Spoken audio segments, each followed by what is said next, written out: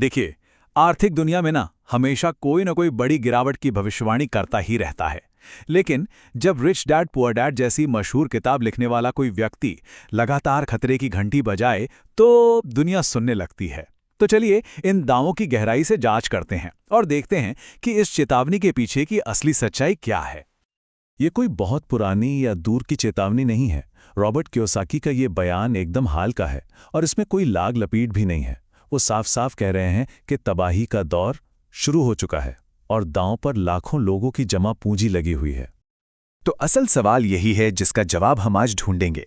हम सिर्फ उनकी भविष्यवाणी पर ही नहीं रुकेंगे बल्कि उन कारणों को भी समझेंगे जो वो बता रहे हैं, और फिर ये भी देखेंगे कि जो लोग उनकी आलोचना करते हैं वो उनकी बातों को किस नजरिए से देखते हैं, ताकि हमारे सामने एक पूरी और साफ तस्वीर बन सके। तो आखिर ये रॉबर्ट कियोसाकी हैं कौन? सिर्फ एक लेखक नहीं, बल्कि एक ऐसे फाइनेंशियल गुरु जिनकी पहचान ही बाजार में आने वाली बड़ी बड़ी गिरावटों की चेतावनी देने से बनी है। वो दशकों से यही करते आ रहे हैं और इस बार भी वो इस कहानी के बिल्कुल सेंटर में हैं। साल 2025 के दौरान अगर हम देखें तो उनकी चेतावनियों का लहजा लगातार और ज्यादा गंभीर होता गया। फरवरी में उन्होंने कहा कि इतिहास का सबसे बड़ा क्रैश आएगा। अप्रैल आते आते वो मंदी और महामंदी की घोषणा करने लगे और नवंबर तक तो उन्होंने ये ऐलान ही कर दिया कि क्रैश की शुरुआत हो चुकी है। ये उनकी बढ़ती हुई बेचैनी को साफ साफ दिखाता है। अच्छा, किसी भी भविष्यवाणी पर यकीन करने से पहले उसके पीछे का तर्क समझना बहुत जरूरी है। तो चलिए देखते हैं कि कियोसाकी और उनके जैसे दूसरे लोग आखिर किन आर्थिक आंकड़ों को देखकर इतने बड़े संकट का अंदेशा जता रहे हैं। सबसे पहला और सबसे बड़ा आंकड़ा है दुनिया भर का कर्ज, 31-15 ट्रिलियन डॉलर। ये नंबर इतना बड़ा है कि कल्पना करना भी मुश्किल है। इसका मतलब ये है कि आज दुनिया पर उसकी कुल आर्थिक पैदावार का 3 गुना से भी ज्यादा कर्ज है। जब कर्ज का पहाड़ इतना बड़ा हो जाता है तो पूरी व्यवस्था एक छोटे से झटके से भी ढह सकती है। अब दुनिया से हटकर सिर्फ अमेरिका की बड़ी कंपनियों पर नजर डालते हैं। उन पर 12.1 ट्रिलियन डॉलर का कर्ज है। ये महामारी से पहले के लेवल से बहुत ज्यादा है। मतलब साफ है, कंपनियां भारी उधार पर चल रही हैं, जो किसी भी तरह की आर्थिक सुस्ती में एक बहुत बड़ा खतरा बन सकता है। ये दबाव सिर्फ सरकारों और कंपनियों पर ही नहीं है, ये आम लोगों की जिंदगी तक पहुंच चुका है। अमेरिका में लगभग 64% लोग ऐसे हैं जिनकी सारी कमाई महीने के खर्चों में ही चली जाती है। यानी उनके पास किसी भी इमरजेंसी के लिए कोई बचत नहीं है। अगर नौकरियां गईं तो ये परिवार सीधे सीधे संकट में आ जाएंगे। देखिए, इतिहास गवाह है कि हर बड़ी आर्थिक गिरावट से पहले कुछ संकेत जरूर मिलते हैं, जैसे प्रॉपर्टी या स्टॉक्स की कीमतों का आसमान छूना, ज्यादातर पैसा कुछ ही लोगों के हाथ में होना, बाजार में एक अंधा आत्मविश्वास होना और ये मानना कि अरे इस बार कुछ बुरा नहीं होगा। चिंता की बात यह है कि ये सारे के सारे संकेत आज के बाजार में मौजूद दिख रहे हैं। तो अगर हालात इतने ही नाजुक हैं तो फिर एक आम निवेशक को क्या करना चाहिए?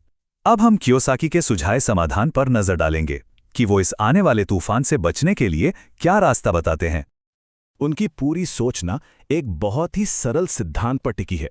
वो कहते हैं, ऐसी चीजें खरीदो जो आपकी जेब में पैसा डालें, जिन्हें वो एसेट कहते हैं, और उन चीजों से बचो जो आपकी जेब से पैसा निकालें, यानी लायबिलिटीज।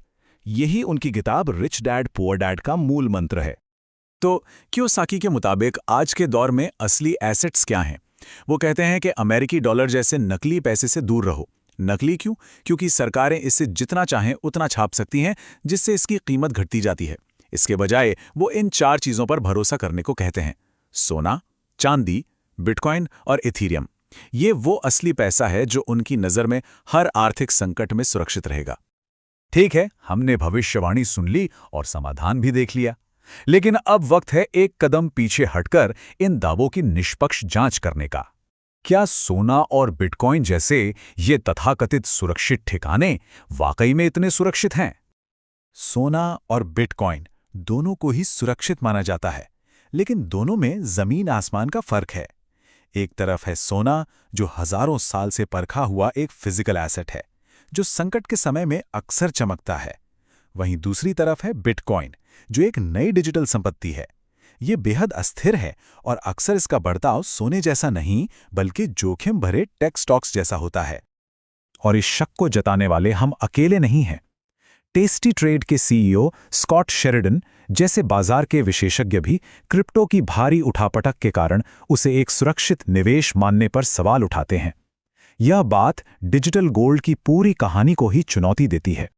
चलिए एक पल के लिए इन एसेट से ध्यान हटाकर उस व्यक्ति पर लाते हैं जो ये सारी सलाह दे रहा है, क्योंकि किसी भी सलाह की कीमत इस बात पर बहुत निर्भर करती है कि सलाह देने वाला कितना भरोसेमंद है।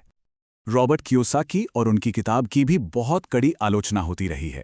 आलोचक कहते हैं कि उनकी कहानियां मनगढ़ंत हैं, कि उनके अमीर डैड शायद कभी थे ही नहीं और उनकी सलाह असल दुनिया की मुश्किलों को नज़रअंदाज करती है। कई लोगों का यह भी मानना है कि उनकी किताबें प्रैक्टिकल सलाह से ज्यादा मोटिवेशन बेचने का काम करती हैं। तो अब हमारे पास क्या है? एक तरफ है तबाही की एक डरावनी भविष्यवाणी और दूसरी तरफ उस भविष्यवाणी और उस भविष्यवक्ता दोनों पर उठते गंभीर सवाल। इस पूरे शोरगुल के बीच से हम क्या समझें? देखिए, यहां पूरी बहस दो हिस्सों में बटी हुई है। एक तरफ कियोसाकी की कहानी है, सिस्टम टूटने वाला है इसलिए असली पैसे में निवेश करो।